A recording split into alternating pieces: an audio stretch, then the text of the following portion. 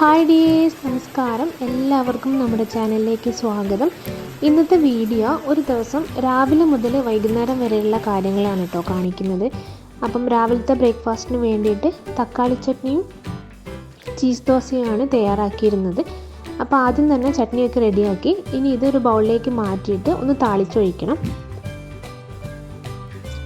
പിന്നെ നമ്മുടെ ദോശ ആദ്യം ഒന്നും ചുട്ടെടുക്കാം.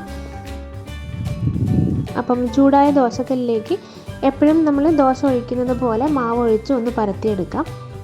അതിനുശേഷം കുറച്ച് ഓയിലൊന്ന് ഒഴിച്ചു കൊടുക്കാം.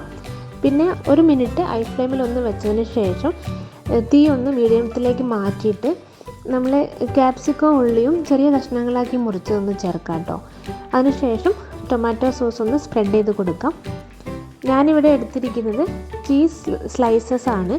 നിങ്ങളടുത്ത് മൊസറല്ല ചീസാണ് ഉള്ളതെങ്കിൽ അതൊന്ന് ഗ്രേറ്റ് ചെയ്തിട്ട് കൊടുത്താൽ മതി കേട്ടോ. അപ്പം ശരിക്കും ആ ഒരു പിസയുടെ ആ ഒരു കൺസിസ്റ്റൻസിയിൽ നമ്മൾക്ക് കിട്ടും. ഞാനിപ്പം സ്ലൈസസ് എടുത്തുകൊണ്ടാണ് ഇതുപോലെ മുറിച്ച് ചേർക്കുന്നത്. ഒരു ഫ്ലേവറിന് വേണ്ടിയിട്ട് അല്പം ഒറിഗാനോ ഒന്ന് വിതറി കൊടുക്കാം. എന്നിട്ട് നമുക്ക് തീ ഒന്ന് ഹൈ ഫ്ലെയിമിലേക്ക് മാറ്റിയിട്ട് ഇതൊന്ന് മൂടി വയ്ക്കാം. നന്നായിട്ട് മുരിഞ്ഞതിന് ശേഷം പ്ലേറ്റിലേക്ക് മാറ്റാം കേട്ടോ. അപ്പം നമ്മുടെ ചീസ് ദോശ റെഡിയായി. ഇത് ചൂടോടെ തന്നെ കഴിക്കണം. അതുകൊണ്ട് കഴിക്കാനിരിക്കുന്ന സമയത്ത് മാത്രം ഇത് ചുട്ടെടുക്കുക. ഓരോരുത്തർ കഴിക്കാൻ വരുന്ന സമയത്ത് ഞാനത് ഓരോന്നോരോന്നായി ചുട്ടു കൊടുക്കുകയാണ് ചെയ്തത്.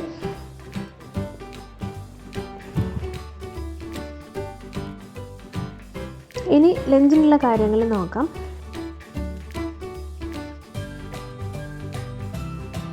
മുരിങ്ങയില കറിയാണ് കേട്ടോ ഉണ്ടാക്കുന്നത്. അതിന് വേണ്ടിയിട്ട് ഞാനിവിടെ മുരിങ്ങയില പറിച്ചു കൊണ്ടുവന്നിട്ടുണ്ട്. ഇനി ഇതെല്ലാം ഊരിയെടുക്കാം.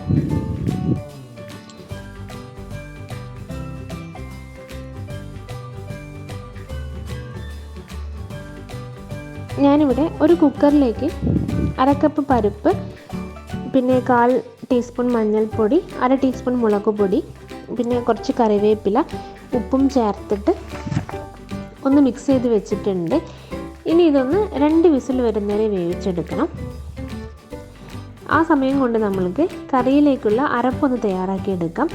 ഒരു മിക്സി ജാറിൽ അരമുറി തേങ്ങ, 2 ചെറിയ ഉള്ളി, ഒരു പച്ചമുളക്, പിന്നെ കുറച്ച് മഞ്ഞൾപ്പൊടിയും ഒരു നുള്ളു ജീരകവും ഇതെല്ലാം ചേർത്തിട്ട് നന്നായിട്ടൊന്ന് അരച്ചെടുക്കാം കേട്ടോ.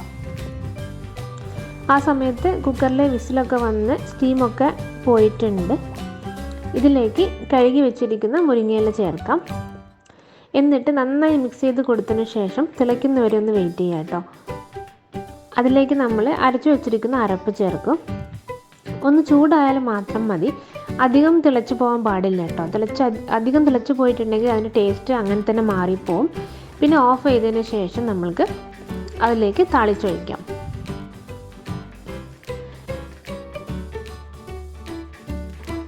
പിന്നെ സോയ ഫ്രൈ ആണ് ചെയ്തത്. ഡീറ്റെയിൽ ആയിട്ടൊന്നും കാണിക്കുന്നില്ല.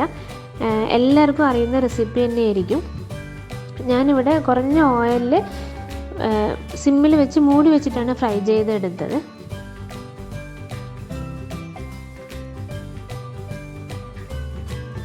അപ്പം നന്നായിട്ട് ഫ്രൈ ആയതിനു ശേഷം ലാസ്റ്റ് കുറച്ച് ഉള്ളി മുറിച്ചതും കറിവേപ്പിലയും ചേർത്ത് ഉടനെ ഒന്ന് മൂടി വയ്ക്കണം.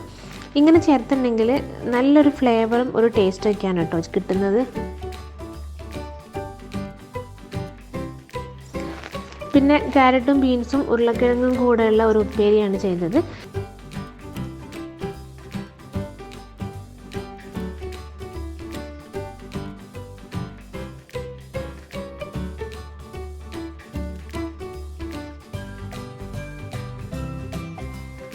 അപ്പം ഞാനിവിടെ എരിവിന് വേണ്ടിയിട്ട് പച്ചമുളകിന് പകരം ചതച്ച മുളകാണ് കേട്ടോ ഉപയോഗിച്ചത്. പിന്നെ ഉപ്പേരിയൊക്കെ എല്ലാവർക്കും അറിയുന്നത് തന്നെയായിരിക്കും. അപ്പോൾ അതുകൊണ്ട് ഡീറ്റെയിൽ ആയിട്ടൊന്നും കാണിക്കുന്നില്ല. പിന്നെ ടേസ്റ്റ് ഒന്ന് കൂട്ടാൻ വേണ്ടിയിട്ട് ഞാനിവിടെ 2 വെളുത്തുള്ളി ചതച്ചത് ഒന്ന് ആ എണ്ണയിലേക്ക് ചേർക്കുന്നുണ്ട്. അപ്പം ചേർക്കണമെന്നില്ല. വെളുത്തുള്ളിയുടെ ടേസ്റ്റ് ഇഷ്ടമുള്ളവർ മാത്രം ചേർത്താൽ മതി.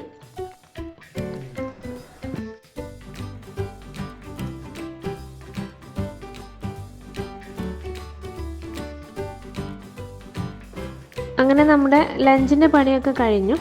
ഇനി പാത്രമൊക്കെ ഒന്ന് കഴുകി വെക്കണം. ഇവിടെയൊക്കെ ഒന്ന് ക്ലീൻ ചെയ്യണം. പിന്നെ ഭക്ഷണം കഴിക്കുന്ന സമയത്ത് ഞാൻ വീഡിയോ ഒന്നും എടുത്തില്ല. പ്ലേറ്റിലേക്ക് മാറ്റിയ ശേഷം ഫോട്ടോ മാത്രം ഒന്ന് എടുത്തു. പിന്നെ തൈരും പിന്നെ തലേദിവസത്തെ രസം കൂടെ ഉണ്ടായിരുന്നു. ലഞ്ചിന് ശേഷം ഒന്ന് റെസ്റ്റ് എടുത്തു. ഇതാണ് ഇപ്പോഴത്തെ അവസ്ഥ. പിന്നെ 4 മണി ആയപ്പോൾ നല്ല മഴ പെയ്തു കേട്ടോ. ആ സമയത്ത് നല്ല ചൂടുള്ള ചായയും മുട്ട ബജിയും കഴിച്ചാൽ എങ്ങനെയിരിക്കും? കഴിച്ച് നോക്കിയാൽ മാത്രമേ പറയാൻ പറ്റുള്ളൂ അല്ലേ.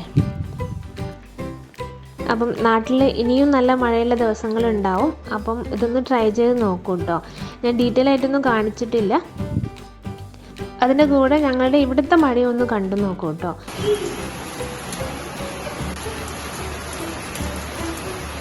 അപ്പം ഇന്നത്തെ വീഡിയോ ഇത്രയേ ഉള്ളൂ.